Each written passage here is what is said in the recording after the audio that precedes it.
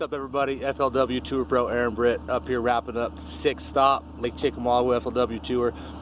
Had a really tough first day. With that being said, I had the bites to do very well. Day 2, ended up capitalizing on those bites. Got me a 27-pound, 3-ounce bag, biggest bag of the Derby. Super stoked. Went from 146 to 11th place, so can't ask for much more than that. I want to talk to you guys about what I was doing, how I was doing it, and why I was doing it. Was throwing 2 baits. That's it. Only thing I did was throw 2 baits, 2 different swim baits. First one, which I threw, there was 2 different areas basically. There was an area where I was able to throw this swim bait here. This is just basically almost a 6-inch swim bait rigged on an owner. Listen to this is very important. On an owner beast hook. This is the Flashy Swim 1/4 ounce 5/0. Now I threw this on a 1/4 ounce because I really wanted to get that bait through the grass without it getting hung up too much. And these fish seem to be right below the tip of that grass, and this bait would come over the top and they would jack it. So caught a lot of fish on this, but here's the kicker. Here's where I caught all my big fish on, every single one of them. Day 2, that 27-pound 3-ounce bag came on that right there. This is a 6 cents hollow belly swim bait. This is a 7-inch bait. I have this rigged up on an 8/0 owner beast hook. Again, very important. I put a little blade on there.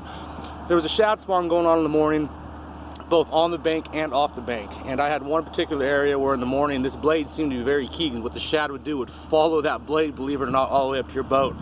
It would get the bass excited, and the bass in result would eat this bait here. So that was my 1-2 punch. Like I said, I was fishing all offshore river bars, main stuff. I wanted to fish areas where I thought fish were gonna come to me as opposed to me going to the bank and having fish leave. So this is a fun place. If you guys have never been here to Lake Chickamagua, do yourself a favor, come check it out. And another thing I wanted to let you guys know is throwing these baits. This one here particularly was on 20-pound Seaguar and VizX line. Very important that you have a very good fluorocarbon line, and Seaguar is exactly that. Was throwing it on this big one, believe it or not. I'm actually throwing this on a flipping stick. This is a 775 Gen 2 high rod.